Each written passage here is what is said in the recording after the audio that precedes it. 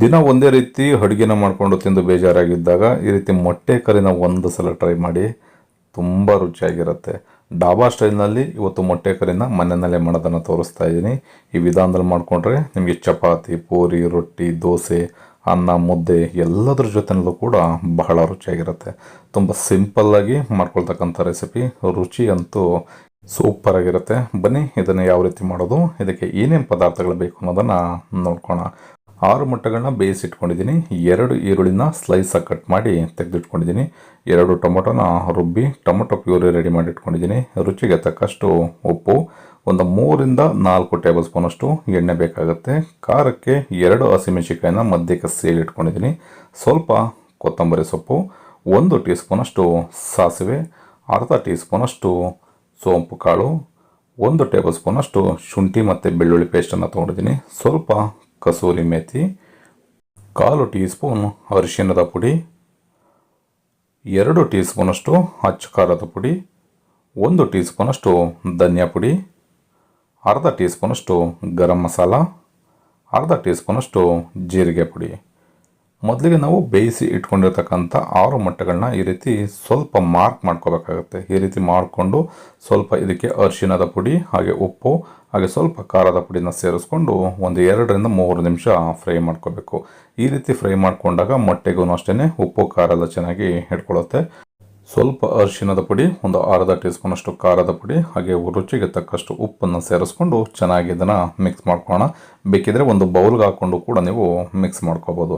ಇದನ್ನು ಫ್ರೈ ಮಾಡಲಿಕ್ಕೆ ಒಂದು ಫ್ರೈ ಪ್ಯಾನ್ನ ತೊಗೊಂಡು ಇದಕ್ಕೆ ಸ್ವಲ್ಪ ಎಣ್ಣೆನ ಸೇರಿಸ್ಕೊಳ್ತಾ ಇದ್ದೀನಿ. ಎಣ್ಣೆ ಬಿಸಿ ಆದಮೇಲೆ ಈ ಮೊಟ್ಟೆಗಳನ್ನ ಸೇರಿಸ್ಕೊಂಡು ಎಳೆ ಕಾವಿನಲ್ಲೇ ಒಂದು 2ರಿಂದ 3 ನಿಮಿಷ ಫ್ರೈ ಮಾಡ್ಕೋಬೇಕಾಗತ್ತೆ. ಈ ರೀತಿ ಸ್ವಲ್ಪ ಫ್ರೈ ಮಾಡಿಕೊಂಡು ನಾವು ಮೊಟ್ಟೆ ಕರಿಗೆ ಸೇರಿಸ್ಕೊಳ್ಳೋದ್ರಿಂದ ಬಹಳ ರುಚಿಯಾಗಿರುತ್ತೆ. ಈಗ ಮೊಟ್ಟೆಗಳು ಚೆನ್ನಾಗಿ ಫ್ರೈ ಆಗಿದೆ.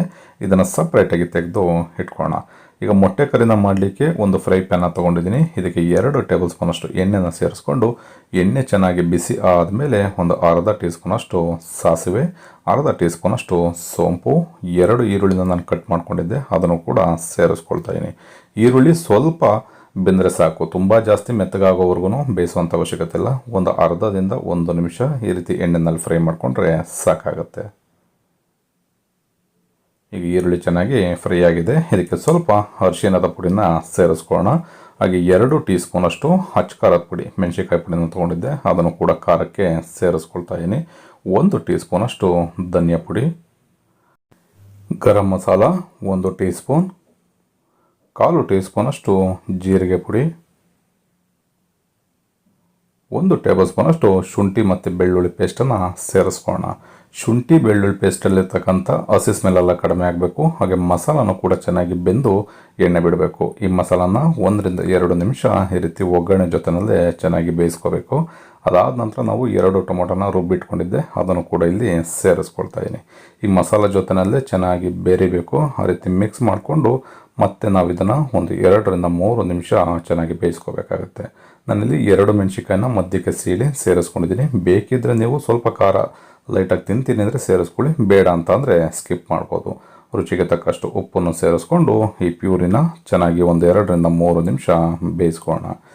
ಮಸಾಲ ಟೊಮೊಟೊ ಪ್ಯೂರಿ ಚೆನ್ನಾಗಿ ಬೆಂದಾದ ನಂತರ ಇದಕ್ಕೆ ನೀರನ್ನು ಸೇರಿಸ್ಕೋಬೇಕಾಗತ್ತೆ. ನಾನಿಲ್ಲಿ ಸ್ವಲ್ಪ ಗ್ರೇವಿ ಟೈಪ್ನಲ್ಲೇ ಮಾಡ್ಕೊಳ್ತಾ ಇದ್ದೀನಿ. ಹಾಗಾಗಿ ಒಂದು 300 ml ಅಷ್ಟು ನೀರನ್ನು ಸೇರಿಸ್ಕೊಂಡಿದ್ದೀನಿ.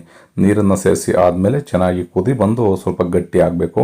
ಅಲ್ಲಿವರೆಗೂ ಒಂದು 2ರಿಂದ 3 ನಿಮಿಷ ಎಳೆ ಕಾವಿನಲ್ಲಿ ಇಟ್ಕೊಂಡು ಚೆನ್ನಾಗಿ ಬೇಯಿಸ್ಕೊಳ್ಳೋಣ. ಈ ರೀತಿ ಬೇಯಿಸಾದ್ಮೇಲೆ ನಾವು ಫ್ರೈ ಮಾಡಿ ಇಟ್ಕೊಂಡಿರ್ತಕ್ಕಂಥ ಮೊಟ್ಟೆನ ಇದಕ್ಕೆ ಸೇರಿಸ್ಕೋಬೇಕಾಗತ್ತೆ. ಕೊನೆಯಲ್ಲಿ ಸ್ವಲ್ಪ ಕಸೂರಿ ಮೇಥಿ ಹಾಗೆ ಸ್ವಲ್ಪ ಕೊತ್ತಂಬರಿ ಸೊಪ್ಪನ್ನು ಸೇರಿಸ್ಕೊಳ್ತಾ ಇದ್ದೀನಿ.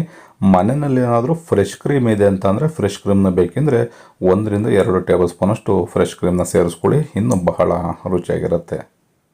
ಈಗ ಚೆನ್ನಾಗಿ ಮತ್ತೆ ಒಂದು 2ರಿಂದ 3 ನಿಮಿಷ ಈ ಮೊಟ್ಟೆಗಳನ್ನು ಕೂಡ ಬೇಯಿಸ್ಕೋಬೇಕಾಗತ್ತೆ. ಈ ರೀತಿ ಬೇಯಿಸ್ಕೊಂಡ್ರೆ ಡಾಬಾ ಸ್ಟೈಲ್ನಲ್ಲಿ ಒಂದು 10ರಿಂದ 15 ನಿಮಿಷದಲ್ಲೇ ರೆಡಿ ಮಾಡ್ಕೊಳ್ತಕ್ಕಂಥ ಮೊಟ್ಟೆ ಕರಿ ಮನೆಯಲ್ಲೇ ರೆಡಿ ಆಗುತ್ತೆ. ನಾನು ಆಗಲೇ ಹೇಳಿದಾಗೆ ಬಿಸಿ ಬಿಸಿ ಇರುವಾಗಲೇ ತಿಂದರೆ ಸಖತ್ ಮಜವಾಗಿರುತ್ತೆ.